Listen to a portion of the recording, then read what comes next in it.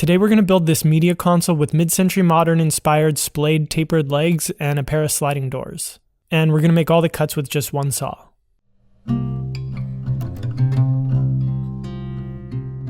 So this is what we're going to use to make all the cuts. The Kreg Adaptive Cutting System. Now this is actually my first time using the ACS, so I really tried to come up with a project that was going to let me do a lot of different things, not just cut square panels. So let's get into it, and then I'll give my impressions a little bit later on in the video.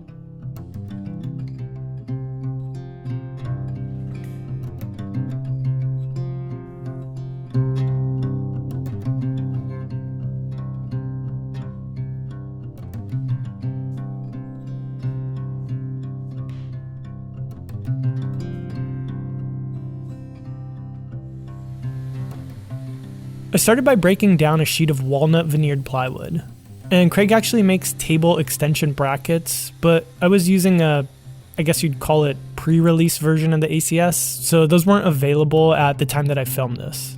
That said, it was easy enough to just balance a 4x8 sheet with a sawhorse on one side and a roller stand on the other.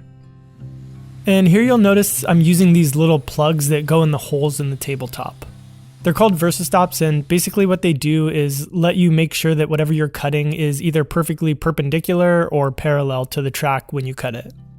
After my sheet was broken down, I could start cutting out my top, bottom, and two side pieces. And since this was my first time using the system, you can see here that I'm doing some sort of redundant measuring, but really all you'd need to use are these rip guides to set the width that you want to rip your panels to, and then you can batch out as many as you need.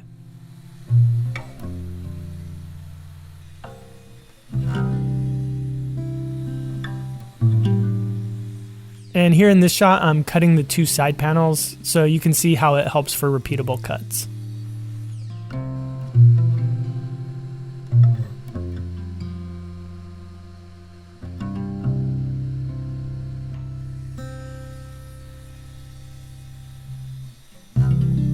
And before we move on, let's cut to an animation so that you can get a better sense of what we're working on here.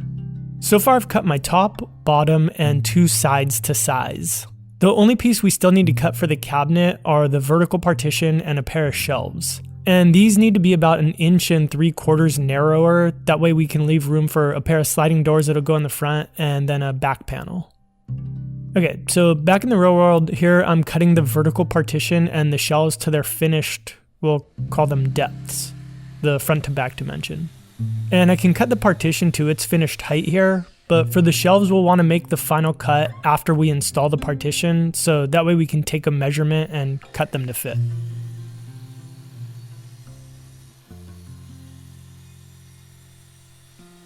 In order to do that, the next thing that I wanted to do was drill some pocket holes into my finished pieces so that I could start a dry assembly.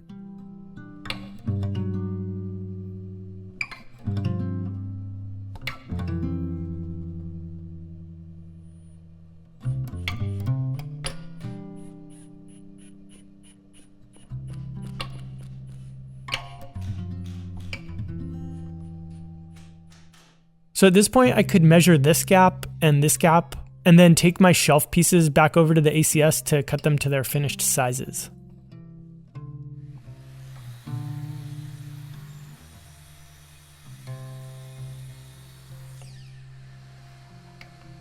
Then I drilled a few more pocket holes into the shelf pieces and dry fit those in just to make sure that everything was looking good before I moved on. Next I disassembled everything so that I could cut some rabbets into the back of the two side pieces, and these will allow me to recess a 1/4 inch thick piece of plywood for the back panel.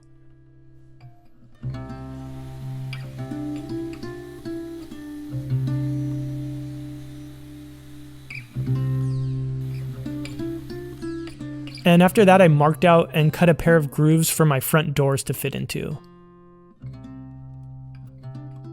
And the way that these work is I'm going to cut the grooves in my bottom piece about 1/8 inch deep, and the grooves in my top a little bit more than 1/4 inch deep. That way the doors can slide up and into the top piece, clear the bottom, and then get into the grooves so that they can slide.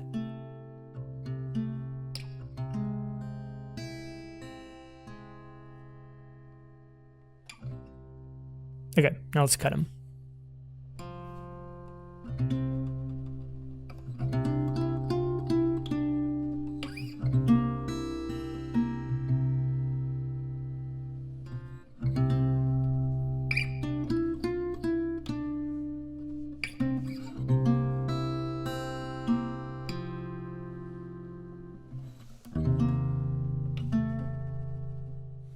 The next day I cut my doors out of some 1/4 inch MDF, and actually cut a second set out of 1/4 inch walnut plywood. The MDF doors I'm going to paint, and I just wasn't sure which way I wanted to go at this point, so I was giving myself some options.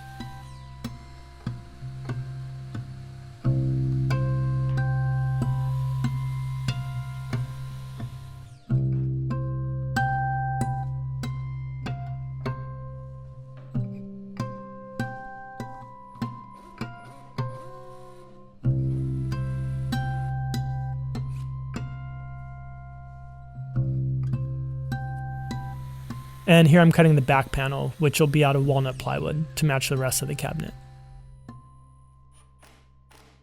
All right, let's move on to the base. So we're gonna start here with the legs. And to do this, I set this angle guide to 30 degrees and made a cut off of each end so that I ended up with a sort of parallelogram shape. And this is gonna set the angle that my legs will lean in at, which is 30 degrees off of 90, or 60 degrees. Then I measured and marked out one leg, which is going to taper from 2 inches at the bottom to 4 inches at the top, and clamped it down and cut out my first leg.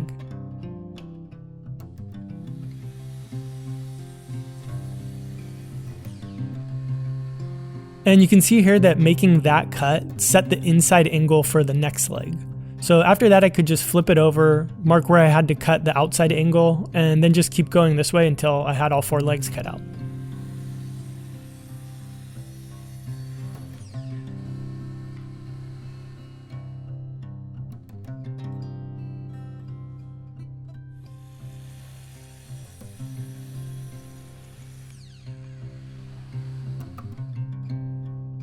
Next I cut out 4 long strips that are 2 inches wide. 2 of them we're going to use as the long stretchers that go between the 2 legs in either the front or the back, and the other 2 I'll use to make some shorter strips that'll connect the front and back sub-assemblies. Here I'm using one of the legs to strike a line so that I can cut a matching angle on the ends of the stretchers.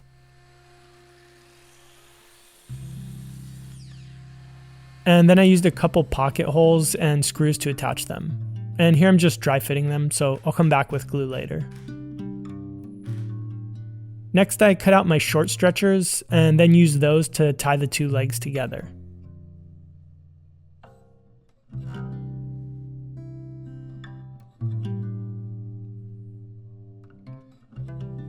Moving back over to the cabinet, and this is optional, but next I used this plug cutting jig to make some plugs to fill the pocket holes out of some walnut hardwood. And I forgot to film it somehow, but after the glue dried, I trimmed them and sanded them flush.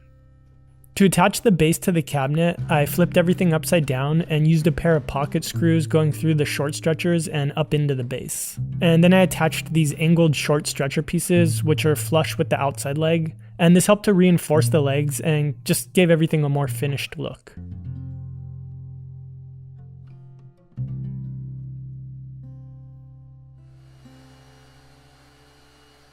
So in full disclosure, before I talk about my first impressions of the ACS, I have to mention that I'm now working with Craig. That said, I'm going to be as honest as can be in what I say here and anything that I may say to you in individual conversations. And the good news is, I was actually super impressed. I think that the system hits a sweet spot that makes it a legitimate stand-in for a lot of tools. Pretty much any track saw system is versatile. They make it a lot simpler and safer to cut long angles that would be really dangerous or even impossible on a table saw. That said, they're usually a lot more laborious to set up for quick cuts, and way slower and less accurate for making repeatable cuts. And that's where I think that the ACS shines the most. It's got all the versatility and then some of any other plunging circular saw that rides on a track that I've ever used, but because of the table and jigs, it's way easier to set up quick rip cuts and cross cuts accurately, and brings a level of repeatability that typically you'd really only find on a saw with a fence, such as a table saw. And I actually have a few more thoughts on it, but I'm going to post those on a highlighted story over on Instagram because I don't want to take up too much more of your time with this video. But the last thing that I'll say is, with this project, like I said before, I tried to come up with something that would let me really test this thing out, and I'm planning to design at least a few other projects where I'll make all of the cuts on the ACS again. That said, there are certainly going to be some features that I didn't show off, so I'm going to throw a link with some videos and information in the description box so that you can check it out for yourself and just get a broader view of what the ACS can do. Alright, thanks for watching, and I'll see you in the next one.